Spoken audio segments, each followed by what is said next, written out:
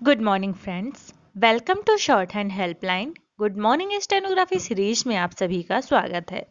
चलिए स्टार्ट करते हैं। 80 शब्द प्रति मिनट और उसके बाद 100 शब्द प्रति मिनट का डिक्टेशन। इसकी आउटलाइंस आपको टेलीग्राम ग्रुप में प्रोवाइड की जाएगी। अगर आप मेंबर हैं तो आपको व्हाट्सएप ग्रुप में सभी डिक्टेशन के साथ, सभी डिक्टेशन की आउटलाइन के साथ इसकी आउटलाइंस की पीडीएफ भी आपको प्रोवाइड की जाती है।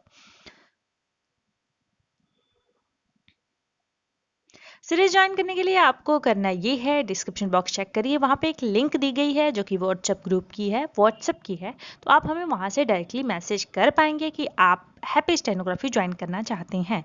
अगर आप नहीं ज्वाइन करना चाहते हैं तो जीएमएस को लिख सकते हैं। तो चलिए स्टार्ट करते हैं। 80 शब्द प्रति मिनट डिक्टेशन स्टार्ट होगा 3 सेकेंड बाद। स्टार्ट। यह एक अप्रत्याशित नहीं है कि राजधानी दिल्ली में कोरोना संक्रमण के मामलों में फिर से तेजी आई है। इस बात की आशंका तो काफी पहले से थी, बल्कि तमाम स्वास्थ्य विशेषज्ञों ने भी आगाह किया था कि सर्दियों और त्योहारी सीजन के आगमन के साथ कोरोना की दूसरी लहर आ सकती है। यूरोप के देशों की नजीर भी हमारे सामने थी। फिर अनलॉक की प्रक्रिया के कारण नागरिक गतिविधियों में भी तेजी अपेक्षित थी, पर पिछले एक सप्ताह में जितनी बड़ी तादाद में संक्रमण के नए मामले सामने आए हैं, उससे केंद्र व राज्य सरकार का चिंतित होना स्वाभाविक है। खासकर नीति आयोग ने राजधानी में आने वाले दिनों में प्रति 10 लाख आबादी पर 500 लोगों के संक्रमित होने का जो अंदेशा जताया है, उसे देखते हुए दोनों सरकारों की सक्रियता बहुत जरूरी है। पैरा। दिल्ली सरकार ने कुछ रियायतों को रद्द कर दिया है। शादी समारोहों में शिरकत करने वाले लोगों की संख्या फिर से घटा दी है और कंटेनमेंट जोन के बाजारों को बंद करने की अनुमति भी केंद्र से मांगी गई है। इसमें कोई दो राय नहीं कि सरकारों की तमाम अपीलों और विज्ञापनों के बावजूद नागरिक स्तर पर उन्हें अपेक्षित सहयोग नहीं मिल पाया है। दिवाली की देर रात तक पटाखों की गूंज बता रही थी कि अदालती आदेश, प्रशासनिक पाबंदी और राजनीतिक नेतृत्व की गुजारिश के प्रति हम कितने कम संवेदनशील रह गए हैं, वह भी तब जब देश अब तक 1,30,000 से अधिक अपनी संतानों को खो चुका है। पैरा। सुखद बात यह है कि जब दुनिया के कुछ देशों द्वारा प्रभावी टीके को लेकर सकारात्मक दावे किए जा रहे हैं, तब हमारे देश में कोरोना संक्रमितों की रिकवरी दर 93% से ऊपर आ गई है। कई प्रदेशों से इस संदर्भ में कुछ अच्छी खबरें भी सुनने को मिली हैं। ऐसी ही एक खबर है, महाराष्ट्र सरकार ने राज्य के तमाम उपासना स्थलों को खोल दिया है, पर दिल्ली के ताजा हालात से पूरे देश को फौरन सबक लेने की जरूरत है, खासकर इसलिए कि हम अभी एक विकट मोड़ पर खड़े हैं जिसका असर आगामी कई वर्षों को प्रभावित कर सकता है। हमारे बच्चे नियमित स्कूलों कॉलेजों से दूर हैं, अर्थव्यवस्था के मंदी की गिरफ्त में आने के संकेत रिजर्व बैंक दे ही चुका है। इसलिए पूरे आर्थिक चक्र को काफी सावधानी व परिश्रम के साथ पटरी पर लाने की जरूरत है। पर क्या कोई भी लोकतांत्रिक सरकार जन सहयोग के बिना इसमें कामयाब हो सकेगी? निसंदेह सरकारों के पास अब काफी ठोस जानकारियां हैं और इसके आधार पर उन्हें अपनी अचूक तैयारियां करनी हैं। उन्हें इस वक्त चतुर्दिक सहयोग चाहिए, कोई व्यवधान नहीं, मगर देश में कई तरफ से आवाजें उठ रही हैं कि हमें सामूहिक पूजा के लिए एकत्र होने की अनुमति दी जाए।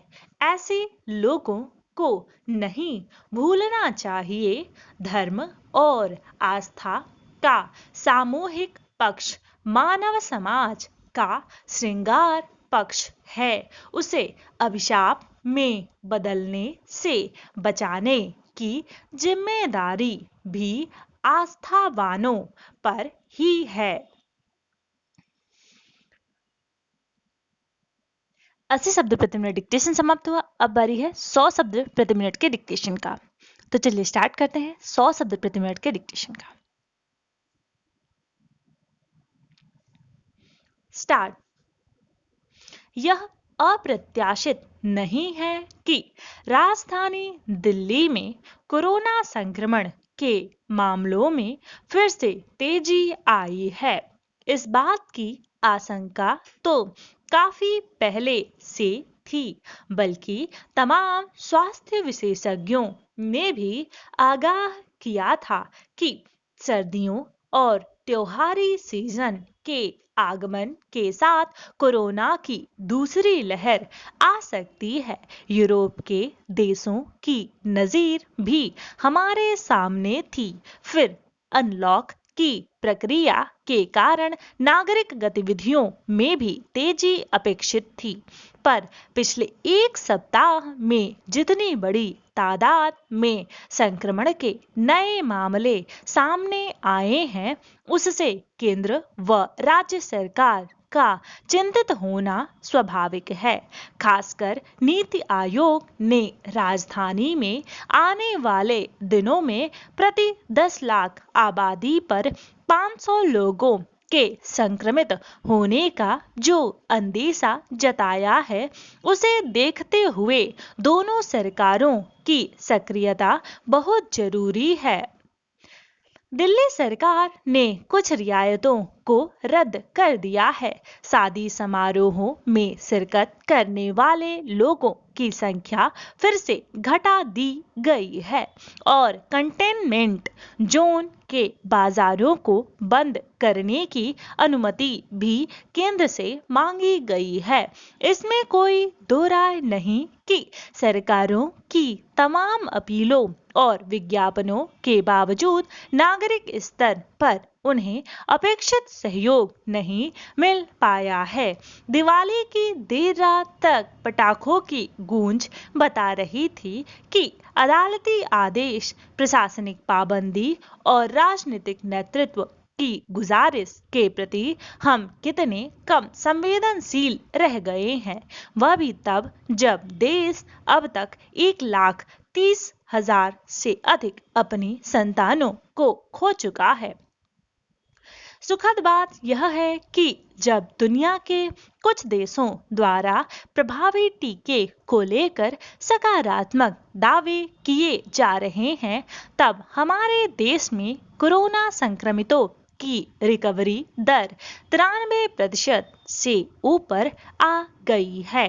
कई प्रदेशों से इस संदर्भ में कुछ अच्छी खबरें भी सुनने को मिली हैं। ऐसी ही एक खबर है, महाराष्ट्र सरकार ने राज्य के तमाम उपासना स्थलों को खोल दिया है, पर दिल्ली के ताजा हालात से पूरे देश को फौरन सबक लेने की जरूरत है, खासकर इसलिए कि हम अभी एक विकट मोड़ पर खड़े हैं, जिसका असर आगामी कई वर्षों को प्रभावित कर सकता है। हमारे बच्चे नियमित स्कूलों कॉलेजों से दूर हैं। अर्थव्यवस्था के मंदी की गिरफ्त में आने के संकेत रिजर्व बैंक दे ही चुका है, इसलिए पूरे आर्थिक चक्र को काफी सावधानी व परिश्रम के साथ पटरी पर लाने की जरूरत है। पर क्या कोई भी लोकतांत्रिक सरकार जन सहयोग के बिना इसमें कामयाब हो सकेगी? निसंदेह सरकारों के पास अब काफी ठोस जानकारियां हैं और इसके आधार पर उन्हें अपनी अचूक तैयारियां करनी है।